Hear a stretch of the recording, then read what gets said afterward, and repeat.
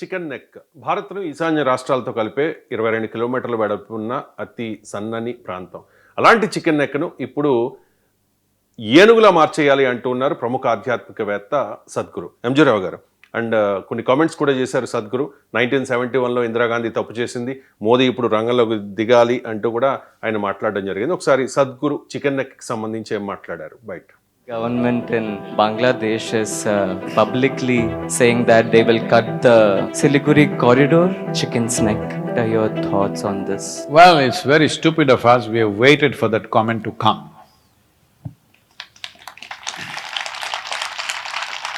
And now that comment has been made in a third nation where it matters.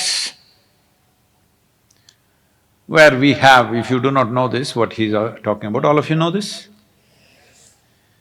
There is a particular part of our geography which is only 22 kilometers in width. This is not the way to create a nation.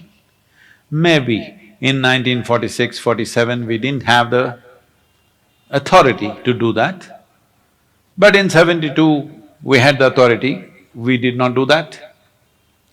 Now this chicken's neck that people have started talking about it, it's time we nourish this chicken's neck, the chicken. We nourish this chicken so that it evolves quickly into an elephant. We need to do that. So, nations cannot be made just by being chicken. It has to grow into an elephant. Maybe it needs nourishment, maybe it needs some steroid. Whatever is needed, we must do. Well, inevitably, I think now they've brought it to the fore. Right. It'll inevitably happen. Right. కోడికి nourish చేయాలి, లేకపోతే steroid ఇచ్చైనా chicken నెక్ని ఏనుగులా మార్చేయాలి అంటూ ఉన్నారు. ఇది ఒక ఆధ్యాత్మికవేత్త నుంచి ఇటువంటి డిమాండ్ రావడం చాలా విచిత్రంగా ఉంది. దాంతోపాటు ఇందిరాగాంధీ మీద కొన్ని కామెంట్స్ చేశారు, ఆరోపణలు. అండ్ మోదీ రంగంలోకి దిగాలంటూ ఉన్నారు. మీ కామెంట్ ఏంటి? ఎస్ అండి, ఇప్పుడు సద్గురు ఇషా ఫౌండేషన్ ఎస్టాబ్లిష్ చేసి భారతదేశంలోనే కాకుండా ప్రపంచంలోనే గొప్ప ఆధ్యాత్మికవేత్తగా ఆయనకి పేరుందనమాట. అంటే ఇప్పుడు ఈయన దేశభక్తుడిగా కొత్తగా అవతరించారు అని మనం చెప్పుకోవచ్చు. ఎందుకంటే ఇప్పుడు మనం చూస్తున్నాం, ఇది భారతదేశ దేవుళ్ళ మీద మాట్లాడడం, కామెంట్ చూడడం, నాన్ వేసి ఇవన్నీ మనం చూస్తున్నాం అనమాట. ఇప్పుడు వీళ్ళు ఏంటంటే గొప్ప పేరు రావాలి అంటే ఏ ఉద్దేశంతో సద్గురు గారు మాట్లాడారు. ఇప్పుడు ఏంటంటే చికెన్ నెక్ సిలిగురి కారిడార్ ఉంది, అక్కడ బంగ్లాదేశ్లో ఇష్టం వచ్చినట్టు మాట్లాడుతున్నారు కాబట్టి దాన్ని ఇంకా చికెన్ నెక్ని ఏనుగు చేసేయాలి, ఆ ఏరియాని ఆక్యుపై చేసేవాళ్ళు, రంగపూర్ దగ్గర ఉన్న ప్రాంతాన్ని ఆక్యుపై చేస్తే చికెన్ నెక్ అనే మనకు బలహీనత ఉండదు అనేది ఒకటి ఉంది. దీన్ని ఈయన క్వశ్చన్ అడిగారు. ఎవరు అడిగారు? ఆయన ఇన్స్టిగేట్ చేస్తే అడిగారా? ఎందుకంటే కింద క్వశ్చన్ అలౌ చేయడానికి, ఆయన అడగడానికి చాలా మినిమం చాలా పెద్ద మెకానిజం ఉంటుందండి. అన్నెసరిగా క్వశ్చన్లు అందరిని అడగరేవారు. ముందే ఆ క్వశ్చన్ చూసి ఆయన రెస్పాండ్ అయ్యేలా ఉంటే అడుగుతారు. అంటే ఇప్పుడు సద్గురు గారు ఆ క్వశ్చన్ని అడిగించుకున్నారు అనేది మనకు అర్థమైపోతుంది. అంటే సద్గురు గారు దానికోసం మాట్లాడాలి. ఇంతవరకు ఇప్పుడు ఆధ్యాత్మిక విషయాలే కాకుండా దేశానికి సంబంధించిన విషయాలు మాట్లాడితే ఒక దేశభక్తుడిగా పేరుండాలి అనేది ఒకటి ఉంది. రెండోది ఏంటంటే ఆయన మాట్లాడిన దాంట్లో చాలా ఒక విషయాన్ని మనం పరిగణించాలి. ఫారిన్ పాలసీ దౌత్య విధానం ఏంటంటే, ఇప్పుడు ఇందిరాగాంధీ 1971లో తప్పు చేసింది. ఆ రోజు మనకు అథారిటీ ఉంది కానీ మనం ఆక్యుపై చేసుకోలే, చాలా తప్పు చేసామంటున్నారు. అంటే ఇందిరా ఆ టైంలో 1971లో బంగ్లాదేశ్ అవతరణే తప్పు. బంగ్లాదేశ్ అవతరణ సమయంలో మనకు కావాల్సినవన్నీ తీసేసుకుని మిగిలినదాన్ని బంగ్లాదేశ్ చేయవలసింది అంటూ ఆయన మాట్లాడడం మనకు డైరెక్ట్గా మనం చూస్తున్నాం. రెండోది ఆయన మాట్లాడిన దాంట్లో 1945, 47 అనాలి, 46 అనేసారు ఆయన. 1947 నుంచి 1971 ఇప్పటి వరకు చాలా తప్పు జరిగింది బంగ్లాదేశ్ విషయంలో. ఇప్పుడైనా రంగంలో దిగి దాన్ని ఏనుగుగా మార్చాలి, చికెన్ నెక్కగా కాదు, ఆ ప్రాంతాన్ని ఆక్యుపై చేసుకోమని ఆయన చెప్తున్నారు. కానీ ఒక్క విషయాన్ని గుర్తుపెట్టుకోవాలి, 1971 ఇప్పటి నుండి ఎన్ని సంవత్సరాల బ్యాక్ అంటే అది ఆల్మోస్ట్ 55 years బ్యాక్ జరిగిన ఒక విషయం. ఈ 1971లో ఫారిన్ పాలసీ అప్పుడున్న పరిస్థితులు మనకు తెలుసా? గుర్తుపెట్టుకోవాలి.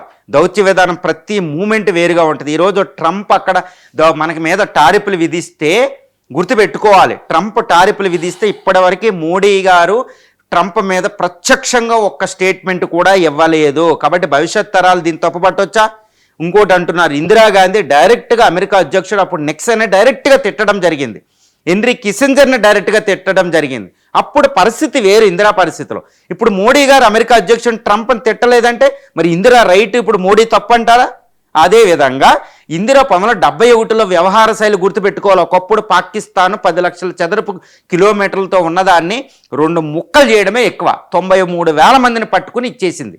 కానీ ఒకటి గుర్తుపెట్టుకోవాలి, అమెరికా యొక్క సీటో గ్రూపులో, అమెరికా యొక్క ఒక మిలిటరీ గ్రూప్లో ఉన్న ఒక నేషన్ని డైరెక్ట్గా అటాక్ చేసి 2 ముక్కలు చేసింది ఇందిరా. అది చాలా ఎక్కువ గుర్తుపెట్టుకోవాలి. 1972లో సిమ్లా ఒడంబడికలో ఇక పాకిస్తాన్ ఎప్పుడు కూడా మనపై దాడికి రాదు, ఆ ఎల్ఓసీనే సీజ్ ఫైర్ లైన్గా ప్రకటిస్తామని అది అభయం ఇచ్చింది. తర్వాతే ఆవిడ 93,000 మెంబర్స్ని వదలడం జరిగింది.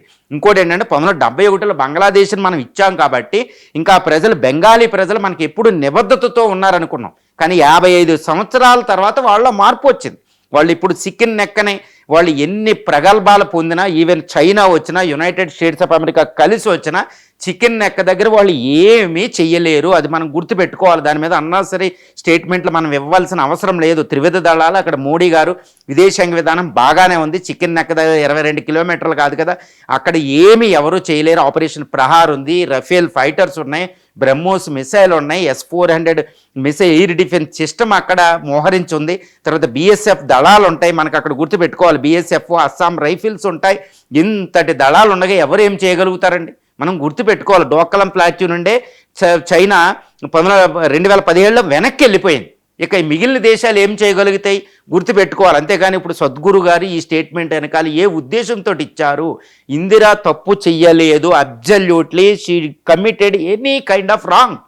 ఈరోజు బీజేపీ మెప్పు కోసం ఆయన మాట్లాడారా అంటే ఆయన మీద ఒక పెద్ద క్రిటిసిజం ఉంది సద్గురు గారి మీద. అదేంటి అంటే నేను ఆరోపణ చేయడం లేదండి, ఆయన మీద ఒక క్రిటిసిజం ఉంది. ఎందుకంటే ఆయనకి ఇందిరాగాంధీ ఎన్విరాన్మెంటల్ అవార్డు కూడా ఆయనకు వచ్చింది, పద్మ విభూషణ్ అవార్డు వచ్చింది, ఎన్నో ఇంటర్నేషనల్ ప్రైజులు ఉన్నాయి. కానీ ఆయన మీద ఒక తీవ్రమైన ఆరోపణ ఉంది. ఎందుకంటే కోయంబత్తూరులో ఆయన ఇషా ఫౌండేషన్ కొన్ని 100 ఎకరాలు పెట్టి దాన్ని ఎక్స్పాన్షన్కి వెళుతున్నారు. కానీ అక్కడ నీలగిరి ఒక బయోస్పియర్ రిజర్వ్ అని వైలేట్ చేస్తున్నారని ఒక పెద్ద ఎన్విరాన్మెంటలిస్టులు వాళ్ళు కేసులు నడుస్తున్నాయి. అక్కడ NGTలు వాటిల్లో కేసులు నడుస్తున్నాయి, గుర్తుపెట్టుకోవాలి ఎన్విరాన్మెంటలిస్టులే అని. కాబట్టి ఇలాంటి ఆరోపణలు ఆయన మీద ఉన్నాయి. ఇంకా ఎన్నో ఆరోపణలు ఉన్నాయి. ఆయన వచ్చింది, ఈయన ఒక పొలిటికల్ ఆధ్యాత్మికవేత్త, ప్యూర్లీ ఆధ్యాత్మికవేత్త కాదని ఉంది. కానీ నా అభిప్రాయం ప్రకారం భారతదేశంలో ఆధ్యాత్మికవేత్తలు పొలిటిక్స్ మాట్లాడవచ్చు అంటే అది మాట్లాడవచ్చు.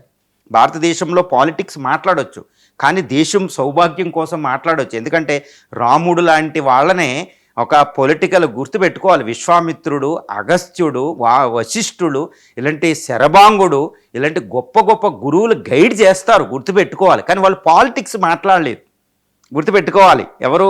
విశ్వామిత్రుడు, వశిష్ఠుడు, శరభాంగుడు, నేను ఎంతమంది పేర్లు చెప్తున్నాను చూడండి, అగస్త్యుడు. అదేవిధంగా సీత వెనకాల ఎవరుంటారు చూడాలి. సీత వెనకాల కూడా గరిహీలు అంటే ఎంతో గురువులు ఉంటారు. గౌతమ మహర్షి ఉంటారు, వాల్కాయుడు ఉంటాడు మిథిలాలో.